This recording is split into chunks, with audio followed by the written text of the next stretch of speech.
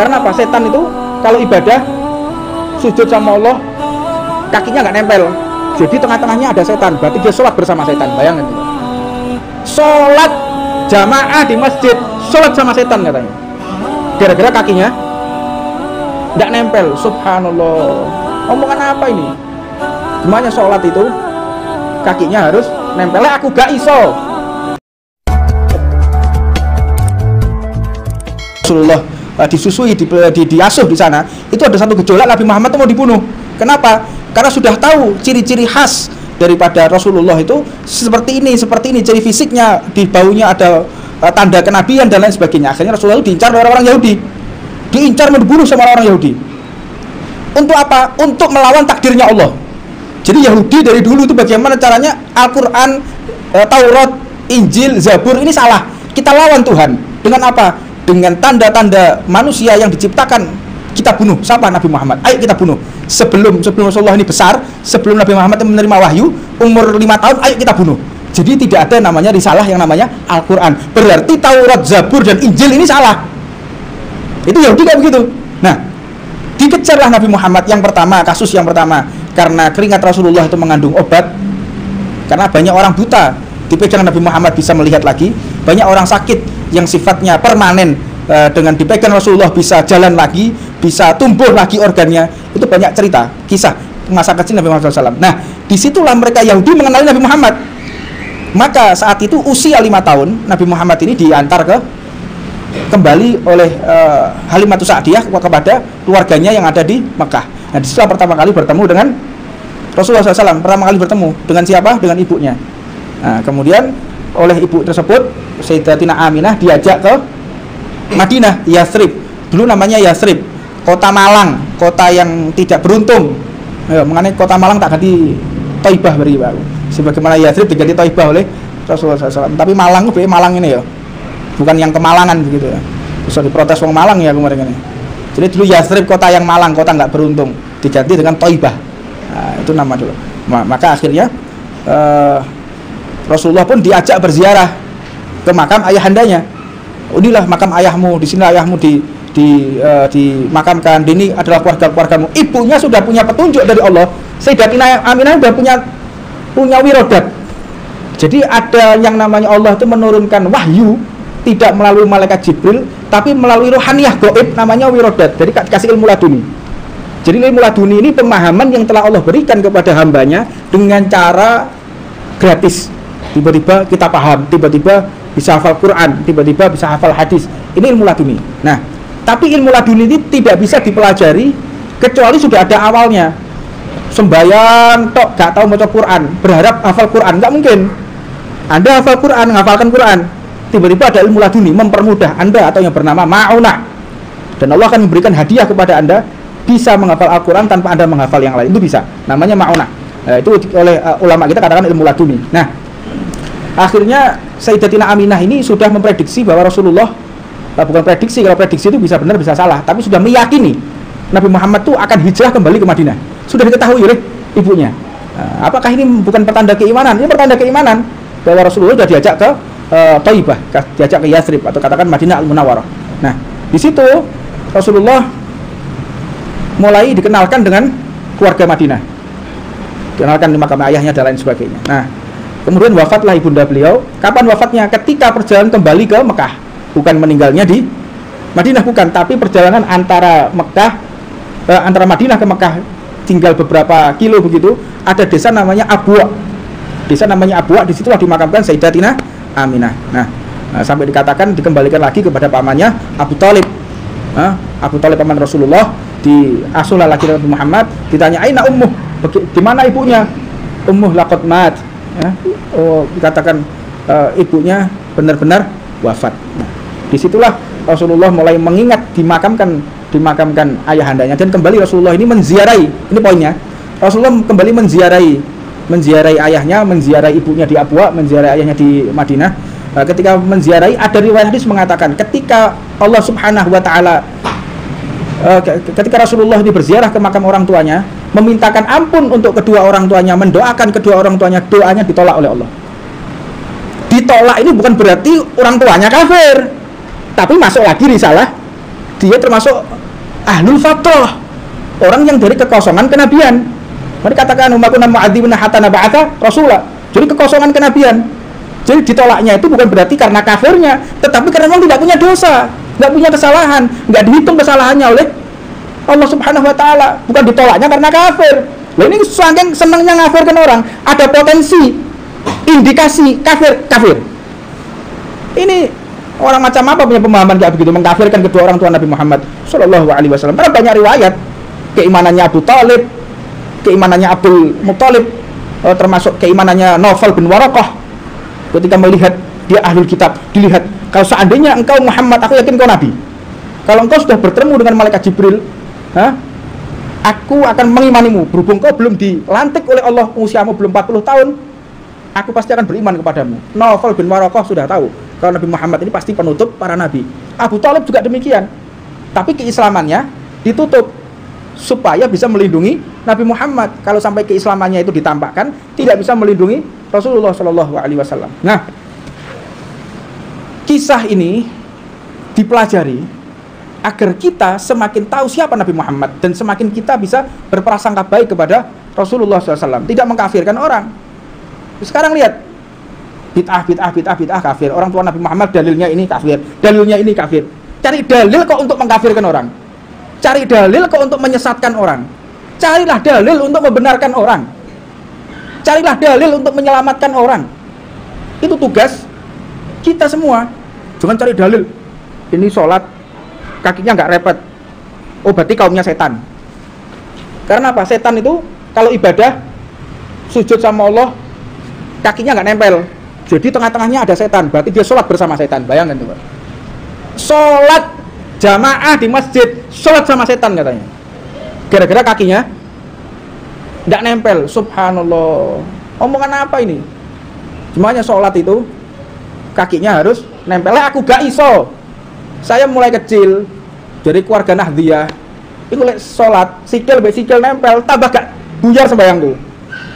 Grenyeng mana wong sing sebelah obah terus sikile tambah gak konsentrasi. Iya, tambah gak bisa konsentrasi, tambah gak khusyuk. Lebih afdal mana kita khusyuk atau nempel kakinya? Pilih mana? Anda nempel kaki, tapi Anda nggak khusyuk, atau kakinya nggak jauh, cuma yang nggak renggang juga, nggak jauh, wajar, tapi Anda khusyuk. Lebih afdal mana? Lebih afdal khusyuk. Anda memejamkan mata dalam sholat itu hukumnya makruh. Merem sembahyang hukumnya apa? Makruh. Tapi kalau untuk khusyuk nggak masalah, hilanglah hukum makruhnya. Ini syariat. Kalau kita mengambil segala sesuatu dari orang-orang yang tepat, pengambilan ilmu dari orang-orang yang tepat, kita akan semakin mencintai saudara kita. Kesalahan saudara kita, bagaimana caranya kita cari kebenarannya. Mungkin salah, berselisih dengan kita, salah, nggak sama dengan kita. Bukan berarti dia kafir, bukan berarti dia jahil, bukan berarti dia sesat, tidak. Oh mungkin itu adalah ilmu yang tidak saya ketahui. Ini Ahlussunnah wal Jamaah. Jadi kalau ada, misalnya ada di dalam kamar itu, orang itu ngomong, di dalam kamar itu ada mejanya Habib Husin. Ngawur ya. Nggak ada. Saya sudah lama saya di masjid ini. 10 tahun saya di masjid, nggak ada mejanya. Karena apa? Dia nggak tahu kalau baru ada meja. Lah orang Islam ini berpendapat keyakinannya yang dia sendiri belum pernah tahu. Gitu loh. Jadi orang ini banyak berpendapat yang dipaksakan dengan pemahaman dirinya. Jadi dia banyak berucap yang dia sendiri belum belajar, belum mutolaah, belum murojaah, belum diskusi, tapi sudah berani mengkafirkan, berani menyalahkan. Ini bukan daripada kalangan Ahlussunnah wal Jamaah. Dan di kesempatan yang mulia ini pun saya akan memberikan satu semangat kepada antum bahwa tidak ada di antara kita ini yang bisa menjamin umur. Nggak ada. Tidak ada di antara kita ini yang bisa menjamin usia kita sampai sekian, usia kita sampai, nggak ada yang tahu. Maka penting kita ketahui tidak ada yang lebih afdol saat ini kecuali mengabdi kepada Rasulullah. Pintu sahabat sudah tertutup. Kita menjadi sahabat Nabi Muhammad sudah tidak bisa. Tapi menjadi murafiknya Rasulullah masih ada kesempatan. kita bertempur bersama Rasulullah sudah tidak bisa. Karena apa? Rasulullah sudah wafat.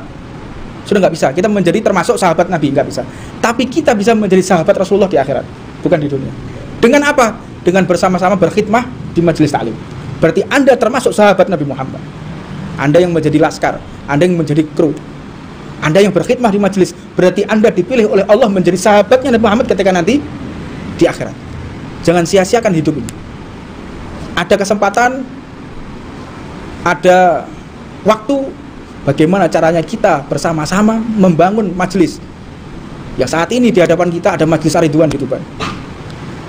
Ini adalah wadah kita, alat kita, pintu kita menjadi sahabat Nabi Muhammad di akhirat. Siapapun yang berkhidmah di sini, yang ikut serta berdakwah di sini, ini hanya wadah. Majelis Ar-Ridwan hanya wadah, hanya kendaraan yang akan membawa kita menjadi sahabat Nabi Muhammad di akhirat. Namun penting kita ketahui, kadar yang kita miliki dengan kadar para sahabat beda jauh. Saya ceritakan yang insya Allah akan saya ceritakan, namun yang akan saya ceritakan hari Sabtu yang akan datang, saya akan ceritakan di sini sekarang. Di peperangan Uhud itu wafat Sayyidina Hamzah. Sayyidina Hamzah ini dikatakan adalah Asadullah wa Rasulih, singanya Allah dan Rasulnya. Sayyidina Hamzah itu dibunuh oleh Wahsy. Siapa Wahsy? Wahsy itu budaknya Hindun. Hindun ini istrinya Abu Sufyan, yang mana ada dendam perempuan yang bernama Hindun ini kepada Sayyidina Hamzah. Karena apa? Di peperangan Badar, adiknya, kakaknya, orang tuanya dibunuh oleh Sayyidina Hamzah. Dibunuh semua. Akhirnya menyewa yang namanya budak bernama Wahsy untuk mengincar Sayyidina Hamzah dengan tombaknya. Diriwayatkan dia bisa nombak sejauh 100 meter. Ngelempar tombak itu 100 meter bisa dia. Nah, Wahsy diincar. Pas titiknya tepat dilempar Sayyidina Hamzah. Dilempar sampai diriwayatkan itu mulai dari pinggang sampai ke pundak tembus tombak ini. Menyilang posisinya. Di keadaan seperti itu, Sayyidina Hamzah masih membunuh lebih dari 50 orang. Keadaan seperti itu. Nah, dilihat sudah wafat Sayyidina Hamzah, datang Hindun dibelah dadanya, dimutilasi, dirobek perutnya Sayyidina Hamzah, terus dimakan jantungnya oleh Hindun, dimakan jantungnya. Saking dendamnya, kakaknya dibunuh, suaminya dibunuh, ayahnya dibunuh oleh Sayyidina Hamzah, marah. Nah, disitulah di samping Sayyidina Hamzah ada Sayyidina Julaibib. Maka diriwayatkan 630 sahabat semuanya terluka. Minimal luka sahabat itu 3 goresan luka. Paling rendahnya pukulan benda tumpul, paling rendah. Di situ ada sayatan pedang.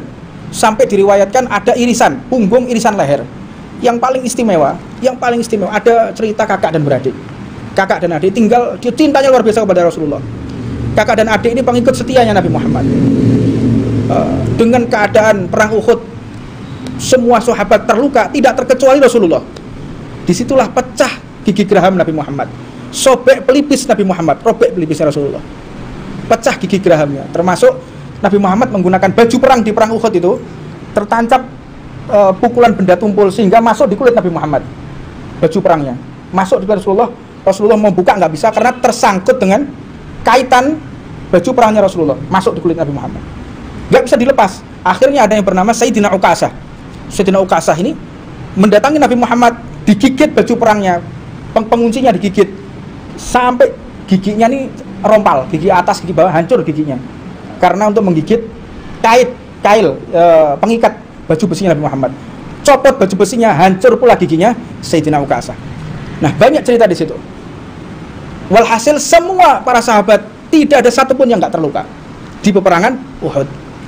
Sampailah beliau pulang ke Madinah, dijejer sahabat, terluka semua sahabat. Jam 12 malam ada perintah lagi untuk jihad. Diperintahkan lagi jihad oleh Allah Subhanahu wa taala. Ayo berangkat jihad lagi. Ada perintah Allah yang wajib kita taati. Berangkat lagi ke medan pertempuran. Di antaranya apa? Yang mendengarkan kakak dan beradik tadi. Yang diriwayatkan si kakak kakinya robek sebelah kanan ternganga, punggungnya robek, termasuk kakaknya juga bagian bawah lehernya ini teriris sampai sobek. Adiknya juga demikian, hancur badan dua-duanya. Dua orang ini tetap memaksakan diri karena ada panggilan jihad dari Rasulullah SAW. Baru sampai rumah. Begitu sampai rumah, ada panggilan jihad. Kakak dan beradik ini ngesot, tarik-tarikan. Si kakak narik adiknya, nanti capek, ganti adiknya narik kakaknya, terus sampai di titik pertemuan di Masjid Nabi Muhammad SAW. Di situ begitu berkumpul melaksanakan sholat, maka dinaikkan kakak dan beradik ini di atas punggung kuda untuk kembali ke medan pertempuran. Dilihat umat Islam kondisinya hancur-hancuran kayak begitu, masih rapi safnya menghadapi kaum musyrikin, mereka semuanya lari tunggang langgang karena takut dengan kesungguhan semangat para sahabat yang mereka tetap setia atas perintah Allah dan Rasulnya. Mereka dikatakan ma ra'aitu ahada yuhibbu ahada ka ashabi Muhammadin yuhibbu Muhammadan. Dalam katakan Abu Sufyan pun mengatakan ma ra'aitu ahada yu'azzimu ahada ka ashabi Muhammadin yu'azzimu Muhammadan. Jadi tidak ada satupun kisah menceritakan orang mencintai orang seperti kisahnya para sahabat Nabi Muhammad mencintai Rasulullah Muhammad SAW. Nah, ini wajib kita pahami. Semangat kita jangan sia-siakan hidup. Minimal kita di dunia dikenang oleh Rasulullah. Kita berpartisipasi dalam majelis, kita ikut serta membantu majelis dimanapun kita berada, dimanapun kita tinggal. Sempatkan waktu untuk khidmah kepada majelis, sempatkan waktu untuk membantu majelis pondok pesantren. Libatkan diri kita kepada majelis taklim, libatkan diri kita kepada kepengurusan pondok pesantren. Karena itulah satu-satunya peluang kita menjadi sahabat Nabi Muhammad ketika nanti di akhirat. Kalau di dunia terbatas menjadi sahabat Rasulullah, tapi nanti di akhirat nggak ada waktu yang terbatas. Mudah-mudahan Allah mengizinkan kita semuanya untuk menjadi sahabat Nabi Muhammad ketika di akhirat.